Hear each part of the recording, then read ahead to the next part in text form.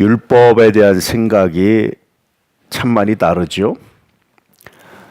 그 당시 유대인들은 율법을 절대적인 것, 완벽한 것, 하나님이 주신 것이라는 관점을 가지고 율법 자체를 굉장히 신봉했어요. 근데 바울에게 있어서 율법은 보는 각도에 따라 다를 수 있다라는 생각을 하게 돼요. 율법 자체를 부인하거나 하나님이 주셨다는 사실을 왜곡하거나 폄하하는 건 아닙니다. 그런데 율법은 어떤 사람을 위해서 있느냐? 유대인들은 의인들을 위해서 존재한다. 자기들의 의의를 더 부각시키기 위해서. 우리는 이렇게 선한 사람입니다. 이렇게 좋은 사람입니다. 하나님을 잘 믿는 사람입니다. 이런 것들을 드러내는 도구 혹은 이방인들과의 차별성. 너희들이 갖고 있지 않은 것을 우리는 갖고 있다. 하나님께로부터 받은 법을 갖고 있다. 대부분의 법은 사람이 만들었잖아요. 그런데 유대인들은 우리들의 법은 하나님이 주신 것이다 라고 하면서 굉장한 이 우월성을 가지고 있었어요. 근데 바울은 그 껍질을 확 깨고 나와요. 여러분, 성장이라는 것은요, 내 껍질을 깨는 거예요. 바울은 그것을 깨고 나옵니다. 그러면서 말하기를 율법은 참 선하고 아름다운 것인데 어떤 사람들에게 선한 것이냐? 의인들이 아니라 죄인들을 위해서다.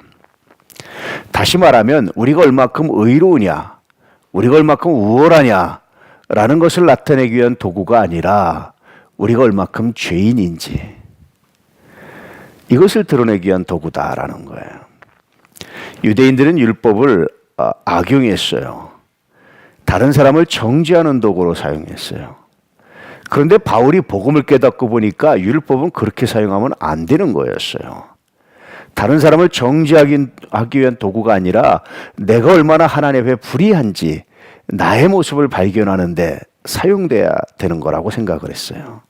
그래서 율법은 죄를 깨닫게 한다. 그렇게 말하죠.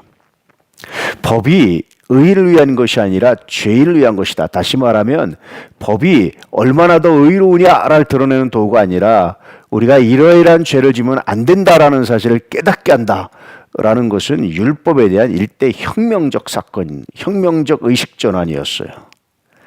이런 생각을 했기 때문에 유대인들이 바울을 그렇게 죽이려고 했어요. 율법의 문제를, 율법을 무엇인지를 정확히 깨뚫고 유대인들이 율법을 얼마나 우상화했는지를 꿰뚫어 봤던 겁니다. 율법을 얼마나 오용하고 있었는지, 잘못 사용하고 있었는지를 꿰뚫어서 설명하는 거예요. 참 놀라운 발견이고 복음 안에서 놀라운 변화였습니다. 그러면서 8절에 이렇게 말씀하는 거예요. 율법은 사람이 그것을 적법하게만 쓰면 선한 것임을 우리는 아노라. 이것을 가치 중립적이다 이렇게 말하는데 돈도 마찬가지예요. 돈 자체가 선하고 악하지 않아요. 누가 쓰느냐에 따라서 선한 것이 될 수 있고 악한 것이 될 수 있어요. 돈 좀 있다고 그것으로 위세를 부리고 다른 사람을 무시하면 그것은 악하게 쓰는 거예요. 그런데 그 돈을 섬기는 데 사용하고 선한 일에 사용하고 하나님의 영광을 위해서 사용하면 그것은 선한 것이 돼요. 총이나 칼이나 다 마찬가지입니다. 음식을 만드는 셰프가 칼을 쓰면 그것은 굉장히 선한 거죠. 그런데 강도가 칼을 쓰면 칼은 악한 것이 돼요. 이런 관점입니다. 율법을 신봉하고 있던 유대인들에게는 엄청난 충격적인 말입니다. 여러분, 율법 자체가, 그 율법의 조문 자체가 선하고 악하다고 말할 수 없습니다. 우리가 율법을 정말 선하게 사용해야 비로소 그것이, 그 조문이 우리에게 살아 역사하는 선한 것이 됩니다. 하나님의 뜻이 됩니다. 말씀을 우리는 정말 선하고 아름답게 여기는데, 그런데 더 중요한 것은 말씀을 어떻게 쓰느냐는 거예요. 어떤 사람은 성경을 인용해서 성서를 비판하고 하나님을 비판하는 사람도 있어요. 이런 사람이 보기엔 말씀은 악한 거예요. 그러나 우리가 이 성서를 통해서 하나님을 알고 하나님을 배워가고 하나님을 찬양하는 도구로 사용한다면 이 말씀은 선한 겁니다. 세상에 많은 것들이 이렇게 가치 중립적이라는 거예요. 그래서 늘 우리 마음에 하나님의 마음이, 그리스도 예수의 마음이, 그 은혜가 부어진 바 돼야 비로소 주어진 것들을 선하게 사용할 수 있습니다. 오늘 말씀의 의미는 우리가 주어진 것들을 어떻게 사용하느냐라는 거예요. 본래부터 선하고 본래부터 악한 것은 많지 않다라는 겁니다.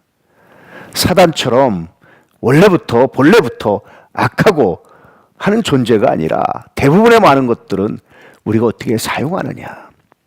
사람도 어떤 마음으로 대하느냐에 따라서 선한 사람이 될 수 있고 악한 사람이 될 수 있다. 이렇게 말씀해주고 있는 정말 놀라운 역사입니다. 사실은 조금 어려운 얘기하면 이것은 현대에 와서 인간들이 발견한 것들이에요.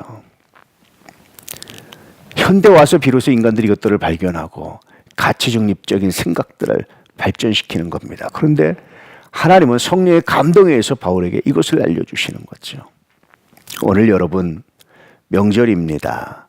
이 명절도 어떻게 쓰느냐에 따라서 어떻게 바라보냐에 따라서 명절이 고통이 되고 명절 끝나고 이혼하는 사람이 생기기도 하고 그렇습니다.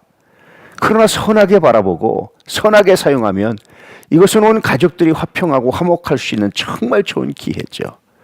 옛날에 묵은 감정으로 생각하고 묵은 감정으로 바라보면 다툼이고 아픔이지만 그러나 용서하고 축복하는 마음으로 바라보면 이것은 정말 기회고 이때 온 가족이 모여서 서로 축복하고 서로 나눌 수 있는 정말 좋은 기회죠. 우리 도남의 가족들 선하게 바라볼 수 있는 마음, 선하게 사용할 수 있는 능력, 선을 끝까지 포기하지 않는 하나님의 은혜가 있기를 축복합니다. 그래서 성서는 선으로 악을 이겨라 그렇게 말씀해주고 있어요. 사람도 선한 마음으로 보십시오. 조금 힘들고 조금 어렵다고 불평하고 악으로 보기 시작하면 모든 것들이 자기를 공격하고 괴롭게 하는 악에 불과해요. 선한 마음으로 보고 기도하고 축복하면 하나님의 은혜가 있습니다. 평강이 있습니다. 이런 믿음의 역사를 만들어가고 이어갈 수 있는 하나님의 사람들, 명절날의 귀한 복된 날이 되시기를 주의 이름으로 축복합니다. 기도하겠습니다.